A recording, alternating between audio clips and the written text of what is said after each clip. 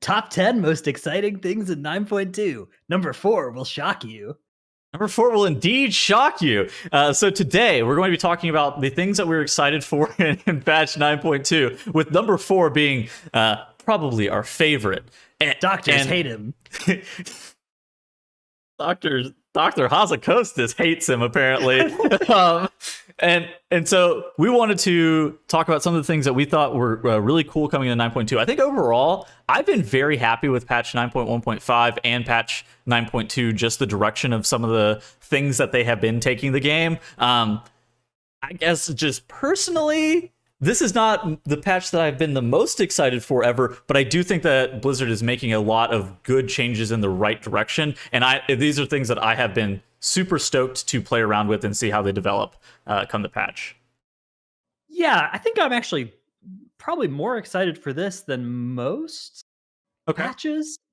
Yeah, I think the most excited I've ever been was like 3 months into Shadowlands beta, when I was still holding out hope that all the systems changes that came in 9.1.5 would come in 9.0 during the beta.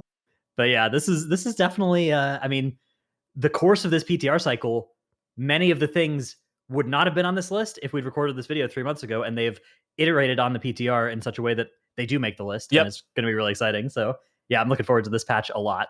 Okay, so first thing that I got written down, we have tier in the creation catalyst. So I think overall, getting away from shards of domination and that system and moving on into something that was more defined, like tier, and setting up things such as the Great Vault being able to drop tier in the creation catalyst, having this like catch-up mechanism already straight up built into the game, I'm incredibly excited for how tier plays. I think that, at least for me personally, it seems like they hit the nail on the head like really well with a lot of these tier sets, and just in terms of how they feel. Most specs that I've talked to say that that the tiers bonus makes their spec feel fun. They also were okay to utilize like cooldowns or talents that aren't even baseline in kits, and I felt like that has turned into something that is quite nice for a lot of specs.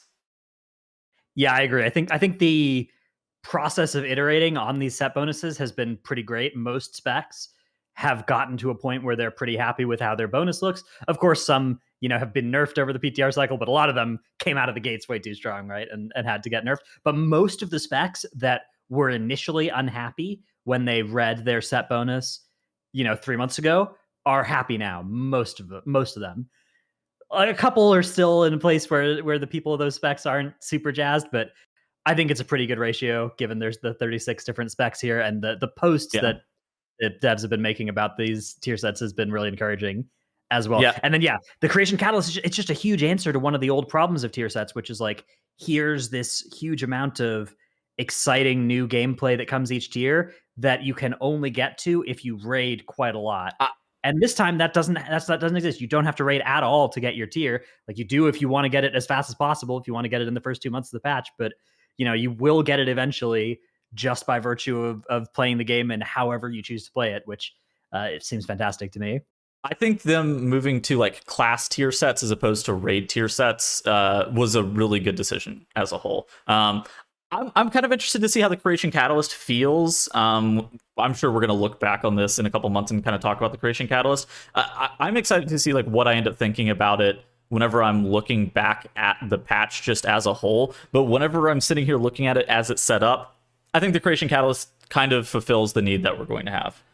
Okay. Yeah. So, okay. What were you saying? Go ahead. Let's move on. All right. Moving on. Encrypted. You want to take this one first? Sure. Yeah. Encrypted is the new seasonal affix that's coming for Keystones level 10 or higher. And it is a banger so far. So we've done quite a bit of testing of this thing on PTR, and it has also moved from an affix that, had potential, but obvious problems, to an affix that I think has some pretty great gameplay now, and not like, there are actually some serious use cases for all three of the different relics. So for those who have missed the way the seasonal affix works, throughout the dungeon, there are going to be these 3 relics floating around some trash packs, and all of the bosses, they don't do very much. They have low health. They have a little aura each that slightly makes the pack more difficult. When you kill them, you'll get a different enemy to fight. These enemies each have, maybe 1 to 2 moderate abilities that you need to worry about, not that much health. And which one you get is based on which relic you killed first. And then when you kill this automa, you get a buff. And these buffs are powerful, powerful buffs. There's a 10-second buff that's like 100 or 200% cooldown recovery rate, and a full heal over those 10 seconds as well, and full mana over those 10 seconds as well, which is completely crazy, very powerful, either during a boss fight or to prepare for a hard pull. There's just this nice haste buff for 45 seconds with a Yeah. damage or healing proc, solid default you can use, and it'll just never be bad. And then there's also a 1 minute, 150% movement speed increase. Comes with a little DR as well, damage reduction. And when you have this and you're out of combat, you stealth. So you can use this like in the other side. You can kill the first pack of the dungeon, and then you can super speed, faster than a mount speed, stealth past all the way into any of the 3 wings using that buff, all the way, like however far you want into any of the 3 wings, which is incredibly powerful. You can use it for all kinds of skips that Shroud does.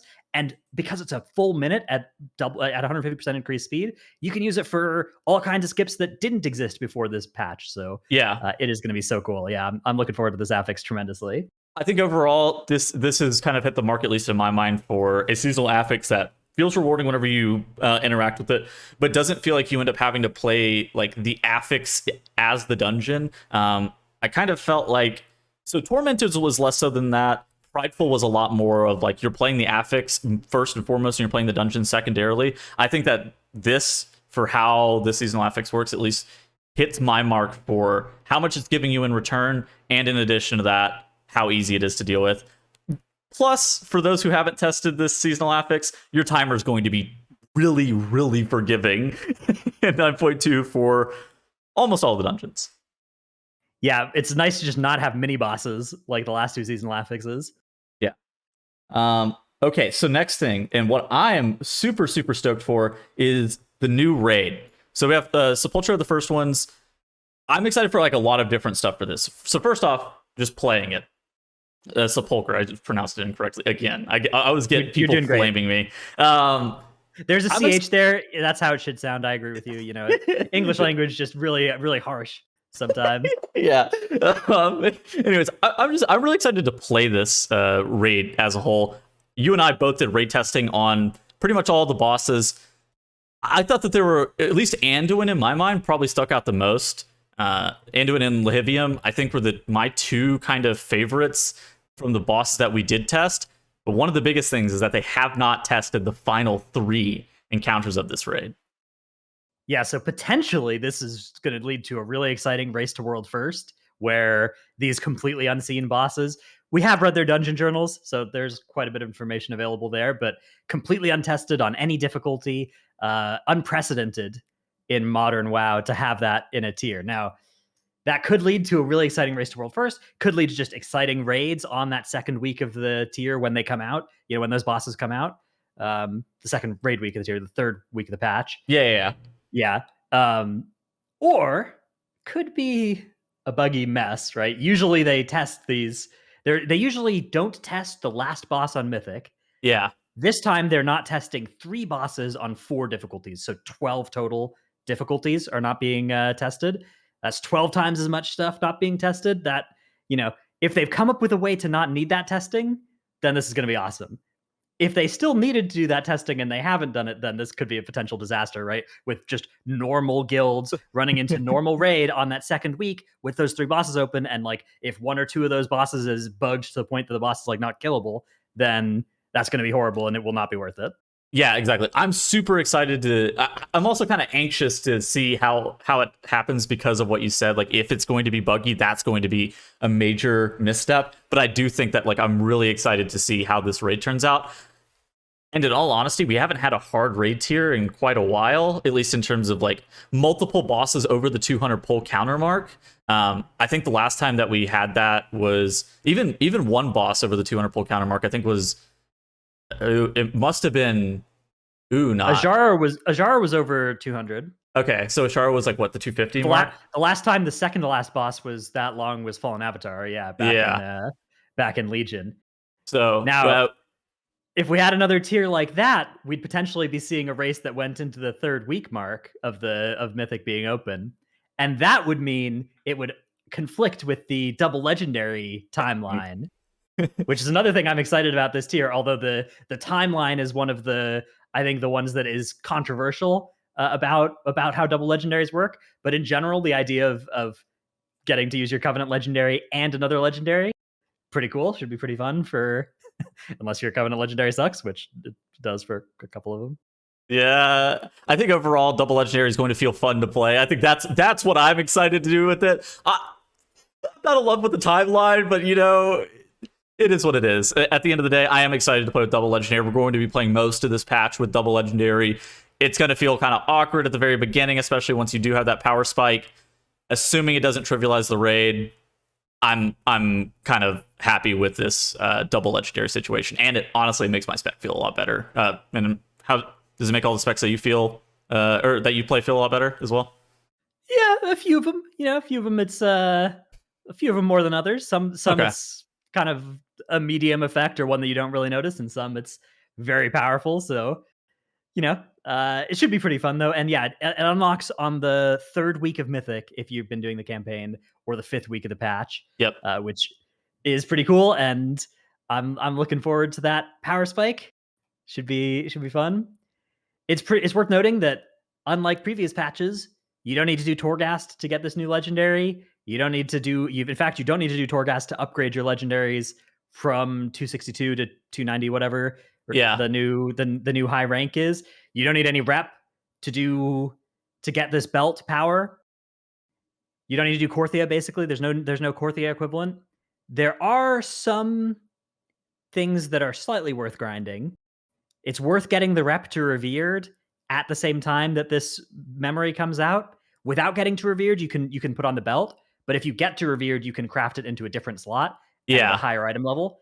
So that's worth doing, and it's also worth having the Soul Cinders to do that, which means if you don't have a bunch of Soul Cinders left over, you're going to want to do that. Although you can send it from one character to another next patch as well.